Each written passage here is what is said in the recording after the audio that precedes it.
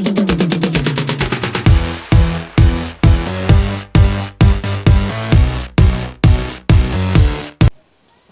guys, it's Gina with YA Fiction Freaks, and I have a book haul today, and it's a 8-book book haul. So, it probably though took me 3 trips to Borders to get all 8 books, so I didn't get this all at one time. So I think I did it I think I visited Borders 3 times. So the first book I'm really excited about. If you guys watch my other videos, probably you know this, Radiant Shadows by Melissa Marr. Her 4th book in the Wicked Lovely series.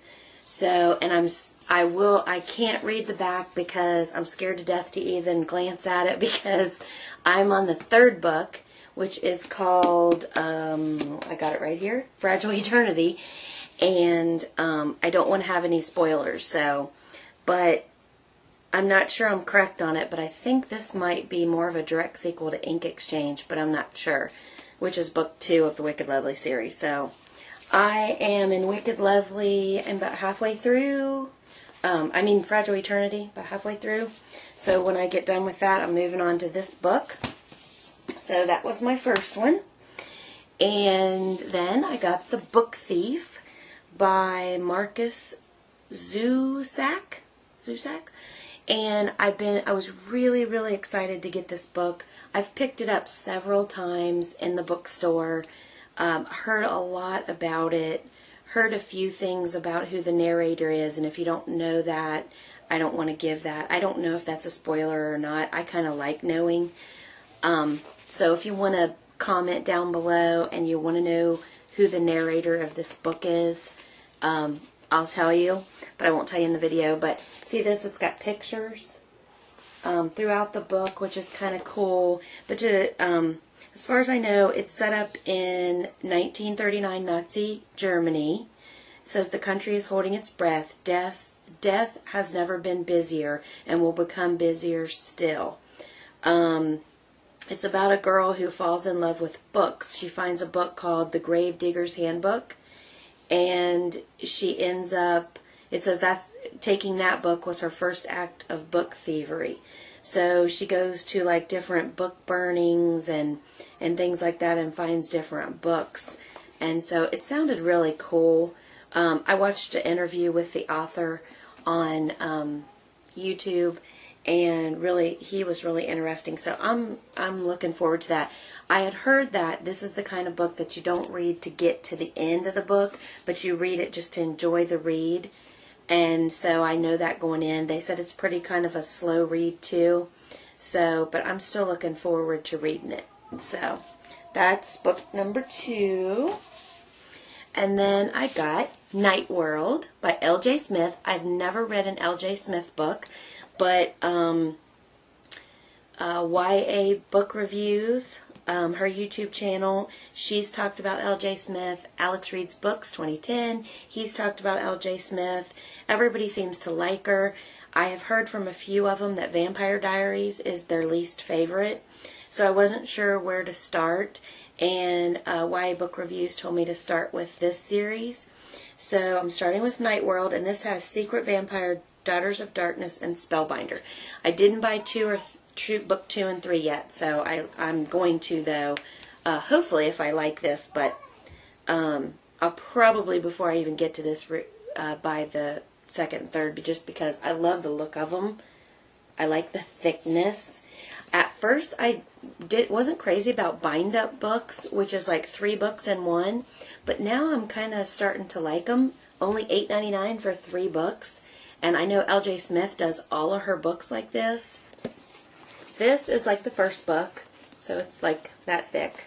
And then basically about the same for the 2nd and 3rd book. So that's kind of cool. So that's my 3rd book. Next one is called I Heart You, You Haunt Me. And it says some bonds just can't be broken. And it says girl meets boy, girl loses boy, girl gets boy back. ... sort of. This is by Lisa Schroeder. And it's actually like Ellen Hopkins' books. It's in poetry form. It's not poetry, but it is in poetry form. Like, you know, each page is different. So you can kind of see that. But the reason I bought this, Spencer had to have it because here's book 1 called Chasing Brooklyn, which you guys have probably seen, by Lisa Schroeder. It was in one of my other book hauls. Spencer's going to be doing a review on this because he loved this book. And so I bought him this one. And he said it's not really a sequel or anything, but it's got some of the same characters in it. And then there's another one out that hopefully we're going to go so he can get it today because he's wanting it. And I can't think of what it's called. But it's another Lisa Schroeder book. And it does not say on this one. So, that was that one. And then I got The Iron King. Yay! I've been wanting to get this book. Several other bookies on YouTube have told me that I have to read this book because I'm so in love with the Wicked Lovely series by Melissa Marr, and this is the same kind of fairies. And this book is beautiful. I wanted it anyway because it's like bumped up when you feel it, and it's kind of shimmery. The camera probably doesn't do it justice, but it's just a beautiful book. All these vines are like shimmery. It's called The Iron King by Julie Kagagwa. I don't know how to say her name. But it says, my name is Megan Chase. In less than 24 hours I'll be 16. Countless stories, songs, and poems have been written about this wonderful age. When a girl finds true love and the stars shine for her and the handsome prince carries her off into the sunset, I don't think it will be that way for me. So, it's about a girl named Megan Chase and how she gets involved with the fairy world. So, the next book is called I think it's called The Iron Daughter. And the book cover is already out, which is exciting. And so I look forward to reading that one. And then I got a Shannon Hale book, Book of 1,000 Days. Shannon Hale wrote The Princess Academy, which I haven't read, but she also wrote something else that I have. What did she write? Oh, The Goose Girl. She wrote The Goose Girl, and that whole series, and I'm actually listening to that on CD right now, but I'm just like barely into it. But a lot of people like Shannon Hale, so I love the cover of this book.